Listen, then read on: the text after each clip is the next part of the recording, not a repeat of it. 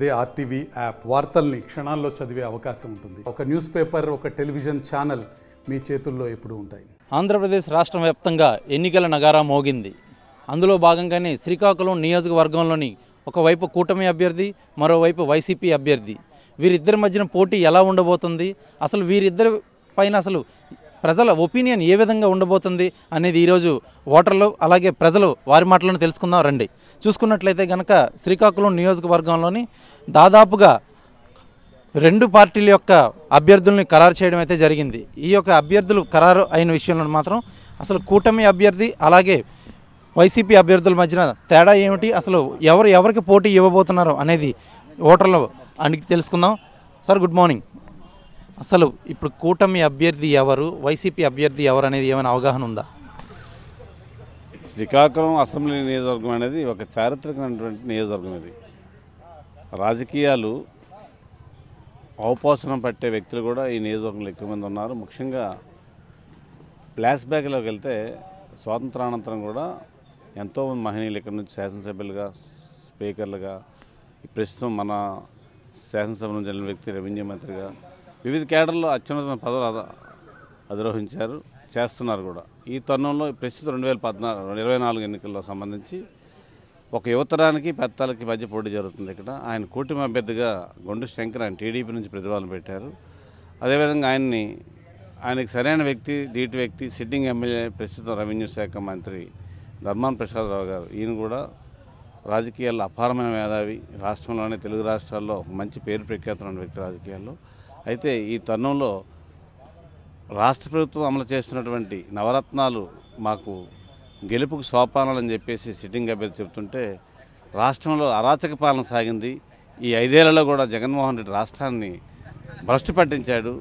అన్ని రంగాల్లో రాష్ట్రం అధోగతి అయింది. మా గెలుపుకి ప్రజలు మళ్ళీ సహకరించి మళ్ళీ పాత రోజులు వస్తున్నాయి, స్వర్ణయుగం తెస్తున్నాం అని చెప్పి, రామరాజ్యం తెస్తున్నాం అని చెప్పేసి అటు కూటమి నుంచి పోటీ చేసినటువంటి గొండు శంకర్ చెప్తున్నారు. ఏదేమైనప్పటికీ ఈ నియోజకవర్గం సుమారు మత్స్యకారులు ఉన్నారు. గారమండలం అయితేనేమి, రూరల్ అయితేనేమి, శ్రీకాకుళం అర్బన్లో కూడా ఈ సుమారు 2.5 lakhs ఓటర్స్ ఉన్నారు. ఇక్కడ 175 పోలింగ్ బూత్లు ఉన్నాయి. ఈ తరుణంలో ఈ ఇద్దరి మధ్య కూడా పోటీ గట్టిగానే ఉంటుంది. అయితే ఇంకా కూటమి అభ్యర్థిని మార్చే పరిస్థితి కూడా ఉందని చెప్పేసి ఒక పబ్లిక్ టాక్ అయితే ఉంది. ముఖ్యంగా మనకున్న సమాచారం మేరకు ఈరోజు సిట్టింగ్ ఎమ్మెల్యే, మాజీ ఎమ్మెల్యే గుండకుటుంబం 40 ఏళ్ళ నుంచి ఇక్కడ ఆధిపత్యం ఉండేవారు, టీడీపీ నుంచి వాళ్ళు. అయితే వాళ్ళు మార్చి ఒకసారి యువతరాన్ని తేవడం వల్ల యువకులు మిగతా రంగాల వారు ఆయన అప్రిషియేట్ అవుతున్నారు. ఆయన కూడా టీడీపీలో నమ్ముకునే పార్టీలో ఉన్న వ్యక్తి, మధ్యలో వచ్చిన వ్యక్తి కాదు. వాళ్ళ కుటుంబం కూడా ఒక ఆధ్యాత్మిక చింతన ఉన్న వ్యక్తి, కిష్టపేట విలేజ్ ఇక్కడ రూరల్ మండలంలో. అయితే ఈ తరుణంలో ఆయన మార్చి మళ్ళీ గుండ కుటుంబాన్ని తీసుకొస్తే కేడర్ అంతా కూడా ఇప్పుడు ప్రస్తుతం గుండ అప్పల సూర్యనారాయణ గారు, లక్ష్మీదేవి దంపతులతో ఇంట్లో చేరిపోయి ప్రస్తుతం అలా గుప్పిట్లో కేడర్ ఉండిపోయింది. ఫస్ట్ చూసుకున్నట్లయితే కనుక టీడీపీ అధిష్టానం అనేది అభ్యర్థిని ఖరారు చేసేసింది. ఈ ఖరారు చేసే క్రమంలోనే ఇప్పటివరకు అయితే మాజీ ఎమ్మెల్యే గుండలక్ష్మి పేరు అయితే ప్రస్తావించడం అయితే జరగలేదు. ప్రస్తుత పరిస్థితుల్లోని కూటమిలో ఉన్నటువంటి అభ్యర్థి రెవెన్యూ మినిస్టర్ ధర్మాన ప్రసాద్ పైన గట్టి పోటీ ఇవ్వనున్నారా? అయితే పరిణామాలు చూసుకుంటే మాత్రం తప్పనిసరిగా పోటీ ఇచ్చే పరిస్థితి స్పష్టంగా కనిపిస్తుంది. అయితే అభివృద్ధే మాకు విజయ సోపానం అని చెప్పేసి వైసీపీ అభ్యర్థి అనడంతో ఈయన అన్ని వర్గాలను తట్టుకొని అటు జనసేనని, టీడీపీని, అదే బీజేపీని 3 వర్గాలు కలిపి సింగిల్ ప్లాట్ఫామ్కి వచ్చి ఈయన విజయానికి ఐక్యంగా కృషి చేస్తా లేదన్నది మాత్రం ఇప్పుడు స్పష్టంగా చెప్పలేం. రేపు అభ్యర్థుల నామినేషన్లు, విత్డ్రాల్స్ అన్నీ అయిపోయిన తర్వాత కొంత క్లారిటీ వస్తుంది. ఏదేమైనా శ్రీకాకుళం ముఖచిత్రాన్ని, శ్రీకాకుళం జిల్లా రాజకీయాన్ని ఒక చక్రం తిప్పే వ్యక్తుల్లో, రాజకీయ నాయకులు ఆ తరం నుంచి లచ్చన గారి నుంచి తాజాగా తీసుకుంటే ధర్మానికంటూ ఒక చరిత్ర ఉంది. ఈ అభివృద్ధిలో ధర్మాన్ని కూడా శ్రీకాకుళం అభివృద్ధిలో ప్రముఖ పాత్ర పోషిస్తున్నాడు. అందువల్ల ఇద్దరు సమర్థులే.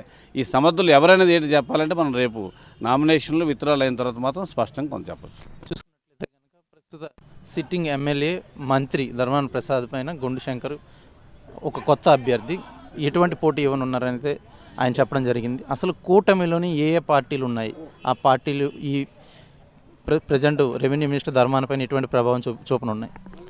ఇప్పుడు ఈ రోజుల్లో ఈ రాజకీయం అనేది ఎవరు గట్టిగా పట్టుకోలేకపోతున్నాం. కాకపోతే ధర్మాన ప్రసాదరావు ఏంటంటే ఇక్కడ లాంగ్ స్టాండింగ్, ఆయన ప్రజల్లో చాలా ఉన్నత గల వ్యక్తి. అంచేత ప్రజల్లో తెలిసే వ్యక్తి ధర్మాన ప్రసాదరావు. మరి గుండు శంకర్ గారికి ఇచ్చారు అంటే ఆయన పార్టీతో తిరిగాడు అనే ఒక విషయం అయితే ఉంది. కానీ ఆయన పబ్లిక్ ఇంకా తెలియదు ఎవరు. కాకపోతే మేడం గారికి ఇచ్చి ఉంటే కొద్దిగా కీన్ కంటెస్టెడ్గా ఉండేది. మేడం గారికి ఇవ్వకపోవడం అనుకోవటం ఎందుకు? కూటమిలో ఉన్నటువంటి పార్టీలు ఆ పొత్తు వలన గెలిచే అవకాశాలు లేవంటారా? ఎంతమంది పొత్తున్నా ఏదున్నా సరే ధర్మాన ప్రసాద్ మాత్రం గెలుస్తారు ఇక్కడ. ఎందుకు అంటే ఆయన పబ్లిక్ అంతా జనాల్లో ఉన్న మనిషి, అవసరానికి ఆదుకున్న మనిషి. అంచేత ఆయన ధర్మాన ప్రసాదరావు ముందుకు రావడానికి అవకాశాలు ఉన్నాయి. ఇంకా ఎవరు వచ్చినా ఇంకెవరికి ఇచ్చినా ఒకవేళ మార్చినా చెప్పలేము. కానీ మరి మేడం గారని ఉన్నారంటే, గుండ లక్ష్మీదేవి ఉన్నారంటే ఆవిడ ఎటువంటి కరప్షన్ కానీ ఇంకొక చెడు ఇవి కానీ ఏవీ లేవు. ఇంతవరకు ఆవిడ దగ్గర నుంచి అంతా మంచిగా జరిగింది. అలాగే అప్పలస్వామి గారు కూడా ఆయన కూడా బాగానే చేసుకొచ్చారు. కాకపోతే ఇప్పుడు ఈ గుండు శంకర్ గారి మీద ఉంటే మాత్రం డెఫినెట్గా ధర్మాన ప్రసాదరావు గెలుస్తారు. ఇది సత్యం.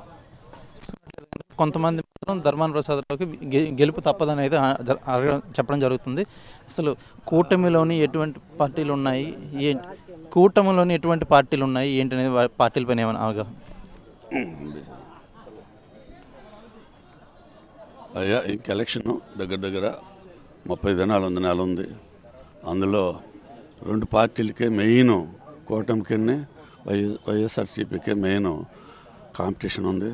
మరి అటువంటి కాంపిటీషన్లో వైఎస్ఆర్సీపీ అంటే ప్రస్తుతం మంచి కార్యక్రమం చేసే నవరత్నాల ద్వారా, అలాగే తెలుగుదేశం టైంలో వారు కూడా అప్పలసూర్య గారు, గుండలక్ష్మి గారు ఆధ్వర్యంలో చాలా ఈ శ్రీకాకుళం మంచి సేవ జరిగింది.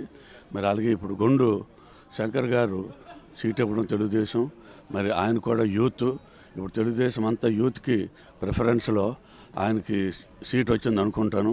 మరి ఆయన కూడా యువకుడు, చక్కగా అన్ని గ్రామాలు తిరుగుతున్నాడు. మరి వైఎస్ఆర్సీపీలో ధర్మాన ప్రసాద్ గారు అంటే ఆయన కూడా ఈ శ్రీకాకుళంకి అద్భుతమైన సేవ చేశారు.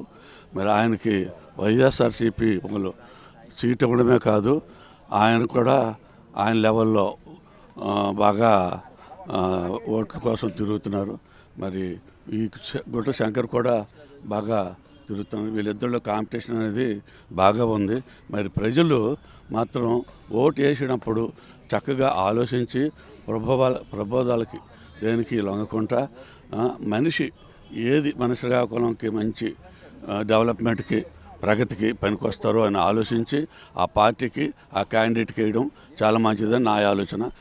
అలాగా మన ప్రజలు కూడా విజ్ఞులు, డెఫినెట్గా వారు ఈ ఎలక్షన్లో మంచి రిజల్ట్ ఇస్తారని నేను ఆశిస్తున్నాను. అంటే సీనియర్ మోస్ట్ లీడర్ ఎదురుగా ఒక యంగ్ డైనమిక్ అంటే ఒక యూత్కి అవకాశం ఇవ్వటం, ఆయన తట్టుకుని నిలబడగలుగుతారు. ఆయన ధర్మాన ప్రసాద్ గారు సీనియర్ పోస్టు రాజకీయ నాయకుడే, కానీ ఇప్పుడు ప్రస్తుతం కూటమి అనేది పెట్టడం వలన ఈయనకి కూడా మంచి గౌరవం పెరుగుతుంది. ఎందువల్ల కూటమి అనేది అంటే బీజేపీ అద్భుతమైన పార్టీ, అది ప్రపంచానికి ఒక గుర్తింపు వచ్చినటువంటి పార్టీ అది. అలాగే మరి తెలుగుదేశం అంటే ఇండియాలో అది కూడా మంచి గుర్తింపు ఉన్న పార్టీ. మరి ఆ విధంగా ఆ 2 పార్టీలు ప్లస్ పవన్ కళ్యాణ్కి మంచి యూత్ ఫాలో ఉందండి. కానీ ఆయన ఓటుగా కన్వర్ట్ చేసుకోలేకపోతున్నాడు. ఓటుగా కన్వర్ట్ చేస్తే ఆయన మంచి లీడర్ అయ్యే అవకాశం ఉంది. కానీ ఆయన యూత్ని ఓటుగా కన్వర్ట్ చేసుకోలేని పరిస్థితిలో ఆయన ఈ దీంట్లో గ్రూప్లో చేరాడు. కానీ లేకపోతే ఇండివిజువల్గా ఆయన చేసిన యూత్ ఫాలోయింగ్ ఉంది కనుక ఆయన కూడా మంచి వ్యక్తి. ఈ ముగ్గురు ఒకటి అవ్వడంలో ఈ సీనియర్ అయినటువంటి ధర్మాన ప్రసాద్ గారికి ఫైట్ ఇస్తారని నా ఉద్దేశం. చూసుకున్నట్లయితే కనుక ఎన్డీఏ కూటమిలో కూడినటువంటి ఆ యంగ్ లీడర్ గుండు శంకర్ అయితే ఇక్కడ ఖచ్చితంగా గట్టి పోటీ ఇవ్వనున్నారని అయితే మాత్రం ప్రజలు ఓటర్లు అయితే చెప్పడం జరుగుతుంది. అయితే మరికొంతమంది ఇక్కడ ఉన్నారు, వారి మాటలో కూడా తెలుసుకునే ప్రయత్నం చేద్దాం మనం. అసలు ఈ కూటమిలోని ఏ విధంగా ఉండబోతుంది ఏంటి అనేది అయితే.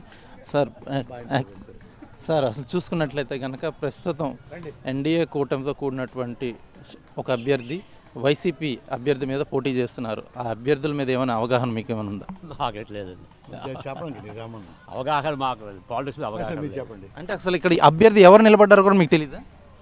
అవి తెలుసు కానీ ఆ ప్రాబ్లం మాకు విషయాలు తెలియదు. చెప్పండి, అదే చెప్పండి. అభ్యర్థి తెలుసు కానీ ఆ రాజకీయాల గురించి పెద్దగా అవగాహన లేదు. కూటమి అభ్యర్థి ఎవరు? ఇక్కడ కొంతమంది మన ఏ పార్టీకి కూటమి అభ్యర్థిగా ఇప్పుడు ఎవరు శ్రీకాకుళం ఉన్నారు కదా, గొండు సాగర్ అనుకుంటున్నాను నేను. ఆయన ఎగ్నెస్ట్గా నిలబడినవారు వైసీపీ పార్టీ నుంచి అభ్యర్థి ఎవరు, కూటమి అభ్యర్థి ఎవరు? ప్రసాద్ గారు, దాని ప్రసాద్ గారు. వీరిద్దరి మధ్యన పోటీ ఎలా ఉండబోతుంది? అది తెలియదు. చెప్తున్నా కదా మీకు, అన్నీ తెలుసు కానీ ఆ రాజకీయాల మీద అవగాహన రాగలేదు. ఎలా ఉంది, ఎవరు అవుతారు, ఏంటి అవన్నీ మనకు ఐడియా లేదు. చూసుకున్నట్లయితే కనుక కూటమి అభ్యర్థిగా జస్ట్ కూటమి అభ్యర్థి ఎవరు, కూటమిలో ఏ పార్టీలు ఉన్నాయి? కూటమి అభ్యర్థి గుండు శంకర్, బీజేపీ, జనసేన, తెలుగుదేశం. వైఎస్ఆర్కి ధర్మాన ప్రసాదరావు గారు. మెయిన్ ఇద్దరికి పోటీ. సీనియర్ మోస్ట్ లీడర్ ఎదురుగా ఒక యంగ్ లీడర్ ఈరోజు పోటీ చేస్తున్నారు. ఆ యంగ్ లీడర్గా అసలు ఎటువంటి సూచనలు మీరైతే ఇస్తారు? సూచనలు అంటే మెయిన్ కాన్సెప్ట్ శ్రీకాకుళం డెవలప్. అక్కడ ధర్మాన ప్రసాద, గుండు శంకర కాన్సెప్ట్ కాదు, శ్రీకాకుళం డెవలప్ కోరుకుంటున్నాం ప్రతి ఓటరు. ఓకే, అంటే ఆల్రెడీ మినిస్టర్గా ఎమ్మెల్యేగా చేసినటువంటి ధర్మాన ప్రసాద్ చేసినటువంటి డెవలప్మెంట్, ఇప్పుడు వస్తున్న యంగ్ లీడర్ అయితే ఇంక ఎటువంటి అభివృద్ధి ఆయన చేయలేదు. ఆయన చేస్తాననే హామీలు అయితే ఇవ్వడం జరుగుతుంది. కానీ ఆ యూత్ని, ఆ యంగ్ లీడర్ని ప్రజలు ఆహ్వానిస్తారా? ఎవరు డెవలప్ చేస్తే వాళ్ళకి ఆహ్వానిస్తారు ప్రజలు. ప్రస్తుతానికి ఒక శ్రీకాకుళంలో ఒక అవేర్నెస్, ఒక డెవలప్మెంట్ వచ్చింది పాత గవర్నమెంట్. అక్కడ సమ్ XYZ పేర్లు కాదండి, పాత గవర్నమెంట్. ఈ గవర్నమెంట్ వస్తే ఈయన చేస్తాడేమో అని కాన్సెప్ట్. అంతే, బోత్ ఆర్ ఫ్రెండ్స్. చూసుకున్నట్లయితే కనుక అసలు కూటమి ఏ విధంగా పనిచేయబోతుంది శ్రీకాకుళం నియోజకవర్గంలో? అంటే దానిలో నాకు అవగాహన ఏం లేదు.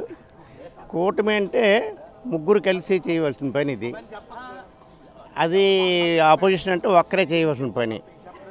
అది మరి ఎలా ఉంటుందో ఎవరు చెప్పగలం, అంతే కదా.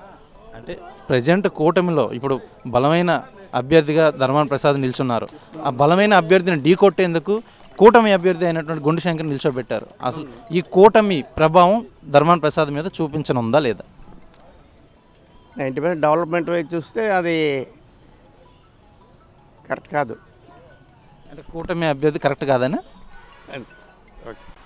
చూసుకున్నట్లయితే కనుక పూర్తి స్థాయిలో ఇక్కడ శ్రీకాకుళం నియోజకవర్గంలో మాత్రం అసలు కూటమి అభ్యర్థి ఎవరైతే ఉన్నారో కూటమి అభ్యర్థికి, అలాగే చూసుకున్నట్లయితే కనుక ప్రజెంట్ సినారియోలో చూస్తే కనుక పూర్తిగా రెవెన్యూ మినిస్టర్ ధర్మాన ప్రసాద్కి అయితే మాత్రం ప్రజలు ఒకవైపు అభివృద్ధి దిశగా ఆయన చేసినటువంటి పనులు చూపించడం జరుగుతుంది. అయితే ప్రజెంట్ ఇప్పటి వరకు కూడాను నాయకత్వం అనేది ఆయన చేతికి అందలేదు. గుండు శంకర్ మొదటిసారిగా బరిలో దిగనున్నారు. అయితే వీరిద్దరి మధ్యన పోటీ మాత్రం గట్టిగానే ఉండబోతుంది. ఎందుకంటే వైసీపీ పాలనలోని ప్రజలు అందుకున్నటువంటి అభివృద్ధి ఏదైతే ఉందో అభివృద్ధితో పోల్చుకున్నట్లయితే కానీ కూటమి ఇస్తున్నటువంటి బలమైన ఆ పోటీ ఏదైతే ఉందో ఆ పోటీ ముందు ధర్మాన ప్రసాద్ అలాగే గుండు శంకర్ వీరిద్దరు కూడాను 2024 ఎన్నికల్లోని శ్రీకాకుళం నియోజకవర్గం నుండి అయితే పోటీ చేయనున్నారు. ఏదేమైనప్పటికీ కూడాను ప్రజలు మాత్రం ఇరువురికి కూడాను ఈక్వల్గా మార్క్స్ వేస్తూ అసలు ఒకరికి అవకాశం ఇస్తే ఎలా ఉండబోతుంది అనేది అయితే ఒక ఒపీనియన్ అయితే, అవకాశం ఇచ్చాము అభివృద్ధి కూడా చూసామని అయితే మరోవైపు అయితే చెప్పడం జరుగుతుంది. ఏదేమైనప్పటికీ కూడాను ఈసారి ధర్మాన ప్రసాద్ పైన పోటీ చేస్తున్నటువంటి